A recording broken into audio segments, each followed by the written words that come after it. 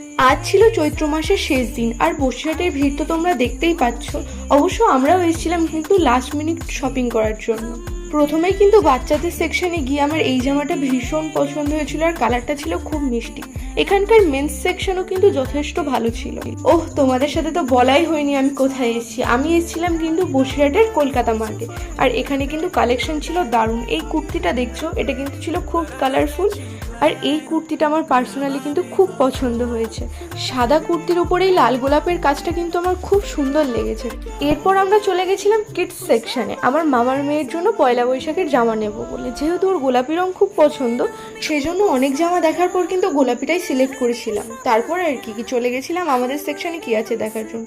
যদিও এই কুর্তিটা দেখতে ভালো ছিল কিন্তু আমার গায়ে না মানায়নি। এটাও মোটামুটি ভালো লেগেছে কিন্তু আমি নেইনি। তারপর মা যতক্ষণে বিলিং করছে আমি বলটা নিয়ে খেললাম আর আসার পথে ভুট্টা খেয়ে বাড়ির দিকে গেলাম। বাই।